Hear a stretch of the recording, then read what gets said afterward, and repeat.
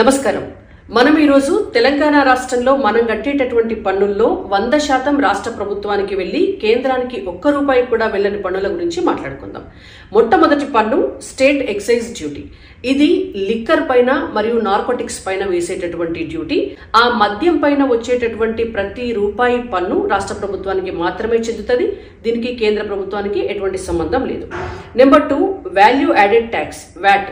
ఈ రాష్ట్రంలో petrol diesel పైన వచ్చేటటువంటి పన్ను ప్రతి రూపాయి కూడా ఈ రాష్ట్ర ప్రభుత్వానికి మాత్రమే చెందుతుంది. భారతదేశంలో బీజేపీ అధికారంలో ఉన్నటువంటి రాష్ట్రాల కంటే కూడా పెట్రోల్ డీజిల్ రేటు తెలంగాణ రాష్ట్రంలో కాంగ్రెస్ అధికారంలో ఉన్న తెలంగాణ రాష్ట్రంలో ఎక్కువ ఉంది. Number 3 stamp duty and registrations fees. ఇది మనం తెలంగాణ రాష్ట్రంలో భూముల అమ్మకాలు మరియు కొనుగోలు చేస్తున్నప్పుడు విధించేటటువంటి ట్యాక్స్. ఇది కూడా 100% రాష్ట్ర ప్రభుత్వానికి మాత్రమే వెళ్తుంది.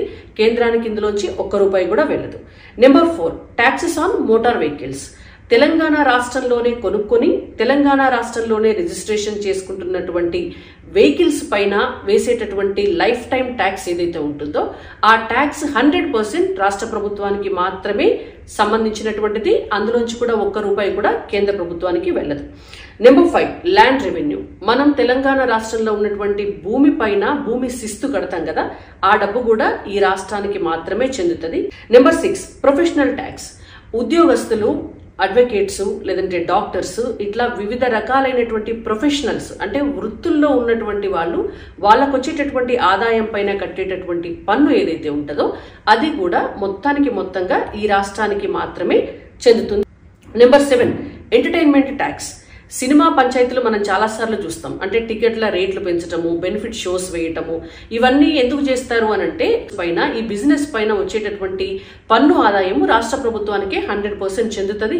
ఇది మినరల్ రైట్ ట్యాక్స్.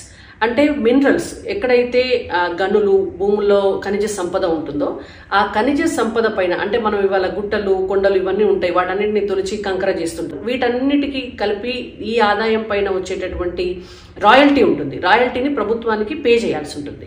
అయితే ఆ రాయల్టీ కూడా 100% రాష్ట్ర ప్రభుత్వానికి మాత్రమే వెళ్తుంది, కేంద్రానికి సంబంధం లేదు. Number 9 taxes and duties on electricity.